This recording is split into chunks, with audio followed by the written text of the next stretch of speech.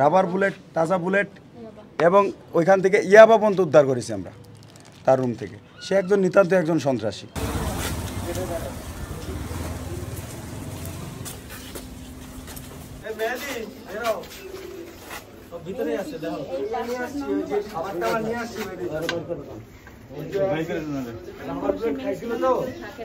Rubber bullet খাইছিল তো এই জন্য খাবার খাবার ফান্ড নিয়ে আসছি।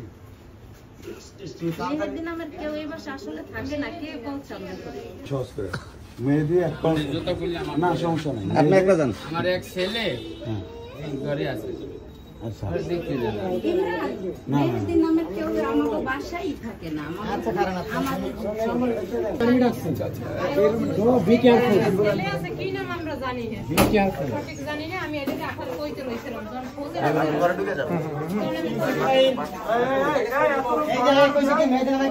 মেহেদি কিন্তু এই রুমে থাকে।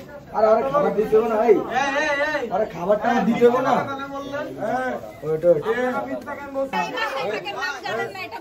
বিশ্বাস করার মতো আপনারা এই বাসায় থাকেন, নাম জানেন না, সেটা কি বিশ্বাস করার মতো? ওর নাম মেহেদি না, নাম কি?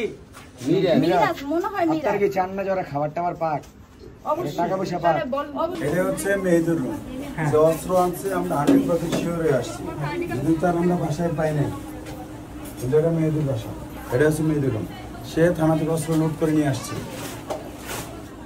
রুমেই ছিল কনফার্ম। এই মোবাইলও রেখে গেছে, মোবাইল নিতে পারেন, এই মোবাইল।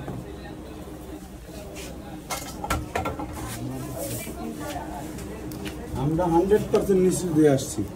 এটা হচ্ছে মেয়েদের মোবাইল, হচ্ছে মেয়েদের মোবাইল। এই মোবাইলে ও যে অস্ত্র আনছে সেই ছবিও এই মোবাইলে আছে, আমাদের কাছে সে তথ্য আছে। এটা মোবাইলটা নষ্ট।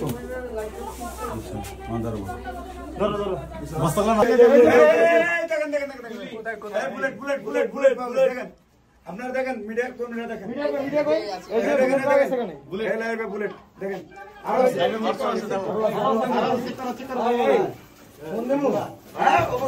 অবশ্যই ফোন দাও।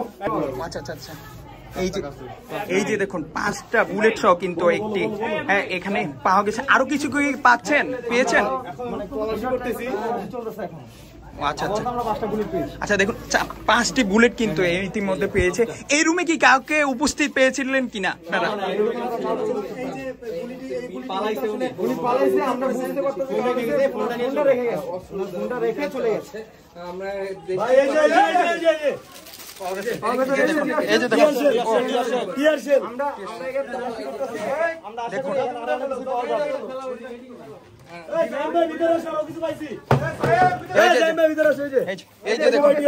আরো কিছু কিন্তু চাঞ্চল্যকর তথ্য কিন্তু পাওয়া যাচ্ছে। এই দেখুন টিয়ার শেল এবং কি ছিটা বুলেট যেটা বলা হয় তা কিন্তু এই মুহূর্তে আমরা কিন্তু পেয়েছি। আপনাদের সরাসরি দেখানোর চেষ্টা করছি। দেখুন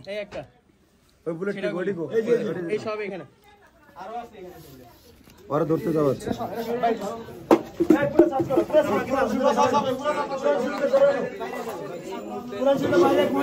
দেখতে পাচ্ছেন প্রথমে কিন্তু পরিচয় লুকানোর চেষ্টা করেছিল এখানে, পরবর্তীতে যখন শিক্ষার্থীরা একদম এক্স্যাক্টলি যে তথ্যটা সে তথ্য পেয়ে বাড়িতে ঢুকে পড়ে এবং তারপরেই কিন্তু এই যে সার্চ করার মাধ্যমে কিন্তু বৈষম্য বিরোধী যে ছাত্র আন্দোলনের সমন্বয়কের উপস্থিতিতে কিন্তু সেই বুলেট এবং টিয়ার শেল কিন্তু পায় এবং তা কিন্তু সরাসরি শিক্ষার্থীরা উদ্ধার করতে সক্ষম হয় এবং কি আরো কিন্তু সার্চ চলছে এবং যার কাছে পাওয়া গেছে সে সামাও কোনোভাবে তথ্য পেয়ে বা যে কোনোভাবে সে ভেঙেছে, আমরা তাকেও ধরার জন্য চেষ্টা করতেছি।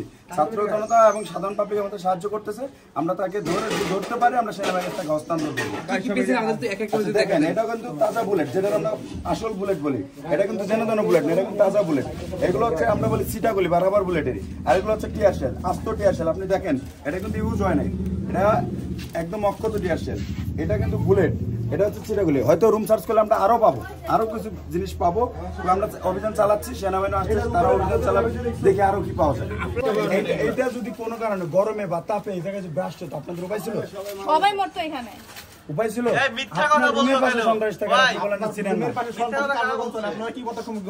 আপনি বলেন চিনেন না আপনি বলতেছেন নাম্বার জানেন না আইডি কার্ড জানেন না কোনো কথা না আইছে তো নতুন না বাবা আমার দেখছেন এখানে কিন্তু ফয়েল পেপার সহ ইয়াবা পাওয়া যায় সরাসরি, যে যাই ফয়েল পেপার মাধ্যমে এই ইয়াবা সেবন করে থাকতো, যে তথ্য নিয়ে শিক্ষার্থীরা এসেছে এবং তার বাসায় কিন্তু সরাসরি হাতে নাতে কিন্তু সেই ইয়াবাটা পেয়ে গিয়েছে এবং আমরা সেটা দেখানোর চেষ্টা করছিলাম। শিক্ষার্থীরা আরও সার্চ করছে, যে দেখতে পাচ্ছে এখানে কোনো নেশা জাতীয় দ্রব্য অথবা কোনো অস্ত্রশস্ত্র পাওয়া যায় কিনা। আসলে তো সেনাবাহিনী কিন্তু মহিলা পুরুষ ছিলেন না, জানেন তো, এরা বুড়া ছোট ছিলেন না, এরা ছিলেন খালি অপরাধী। আজকে আপনার কথা আমরা শুনছি, ওনার টাইম নেই, ওনারা তো টাইম নেই আপনার কথা শোনা। এখানে কিছু গহনা পাওয়া গিয়েছে এবং শিক্ষার্থীরা দেখার চেষ্টা করছিল যে এটা কি আসলে সে খাঁটি স্বর্ণ কিনা। আমরা এখন সাধারণ ছাত্ররা মূলত নেমেছি রাষ্ট্র সংস্কারের কাজে। আমরা সকল সাধারণ ছাত্র, কারণ দেখেন কেউ ট্রাফিক কন্ট্রোল করতেছে, কেউ বাজার মনিটরিং করতেছে, কেউ থানা গার্ড দিচ্ছে, কেউ রাস্তা পরিষ্কার করতেছে, কেউ গ্রাফিতি করতেছে। আমরা যেমন অস্ত্র উদ্ধারে নেমেছি, কারণ এই অস্ত্র রাষ্ট্রীয় সম্পদ, রাষ্ট্রের সম্পদ। এগুলো যদি বিপদগামী সন্ত্রাসী প্রতিভায় ব্যক্তির হাতে যায়, আপনি বুঝেন যে দেশের অবস্থা কী হবে। দেশের অবস্থা আরও খারাপ হবে, বেগতিক হবে। যেটুক ভালো ছিল তার থেকেও খারাপ হবে। তো আমরা চাই না যে রাষ্ট্র আবার সে আগের অবস্থায় ফিরে যাক। এই কারণে আমরা অস্ত্র উদ্ধার অভিযান নেমেছি। আমরা মূলত আজকে এখানে bullet, tear shell, rubber bullet, তাজা বুলেট এবং ওইখান থেকে ইয়াবা পর্যন্ত উদ্ধার করেছি আমরা তার রুম থেকে। সে একজন নিতান্ত একজন সন্ত্রাসী। এগুলো উদ্ধার করেছি, এগুলো আমাদের উদ্ধার চলমান আছে। আমরা এর আগে উদ্ধার করেছি অনেক। বিষয় হচ্ছে আমরা যেসব বাধার সম্মুখীন হই, সব থেকে বড় বাধার সম্মুখীন যেটা হয় সেটা হচ্ছে মানুষের সহযোগিতা না পাওয়া। স্থানীয় মানুষ যারা বা মহল্লার মানুষ বা পরিবার, তাদের সহযোগিতা না পাওয়া। তাদের যদি সহযোগিতা আমরা পাই তাহলে আমরা আরও দ্রুত কাজ করতে পারবো, আরও দ্রুত হয়তো রাষ্ট্র সংস্কারের কাজে আমরা থাকতে পারবো। কিন্তু আমাদের জন্য সবথেকে বড় চ্যালেঞ্জ মানুষের সাহায্য না পাওয়া। যখনই আমরা অপারেশন যাই কোনো না কোনো বাধার সম্মুখীন যদি হই, অন্যতম বাধাটা হচ্ছে সঠিক শহর। যদি আমরা জিজ্ঞেস করি যে এটা অমুকের বাসা, কয় না এটা অমুকের বাসা না। আমরা যদি জিজ্ঞেস করি উনি আছে, কয় না নাই। ইভেন আমরা এমন লোক পাইছি, আমরা যখন গেছি তার বাবা বলতেছে না এরকম কোনো সন্তানের ঘরে যে আমরা পাইছি, পরে যখন ছবি দেখাইছে কয় না আমার সন্তান নেই, আমার বাঁচতে। এরকম ঘটনা আমরা পাইছি, টু বি অনেস্ট, এরকম ঘটনা। তো বিষয় হচ্ছে যে আপনারা আওয়াজ তুলুন। এগুলো তো আপনি আনছেন, ভালো কথা, নিয়ে আসছেন, ফেরত দেন। এর জন্য কোনো জেল পাস হবে না। সেনাবাহিনী, বাংলাদেশ সেনাবাহিনী আপনার সাধারণ ক্ষমা ঘোষণা করছে 7 দিনের, অলরেডি 3 দিন চলে গেছে, আর 4 দিন আছে। আপনার জমা দিন। এগুলোতে আপনি কি করবেন? কার ক্ষতি করবেন? আপনি আপনার নিজের তো ক্ষতি করবেন, আপনার দেশবাসীর ক্ষতি করবেন। অতএব আপনার বিনীত আবেদন এইসব সন্ত্রাসী ভাই এদের কাছে, ভাই আমি আপনাদের ভাই বলেই সম্বোধন করতেছি, প্লিজ আপনার রাষ্ট্রের সম্পদ রাষ্ট্রের কাছে ফেরত দেন। সেনাবাহিনী আমাদের সাথেই আছে। সেনাবাহিনীর সাথে এইভাবে আমাদের কন্ট্যাক্ট হয়। যদি আমরা কোনো ইনকেস কোনো পড়ি, ঝামেলায় পড়ি, ফোন দিলে সর্বোচ্চ দ্রুত টাইমের মধ্যে ফোর্স চলে আসে।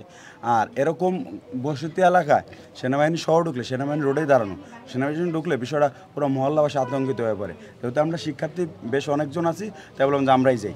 বিষয়টা হচ্ছে এমন। এখন পুলিশের বিষয়টা হচ্ছে পুলিশের কার্যক্রম তো এখন বন্ধই, এক প্রকার বন্ধই। তো এখন এইখানে পুলিশ আসতে পারতেছে না। এখানে যদি আপনি পেতেন, তার কাছে যদি গুলি থাকতো বা আপনাদেরকে যদি সরাসরি তারা অ্যাটাক করতো, তখন আপনারা কিভাবে কি করতেন? এই বিষয়টা এরকম তো হতেও পারে। হ্যাঁ, এরকম হতেই পারে। এই ভয়টা আমাদের মাঝে থাকে, কাজ করে।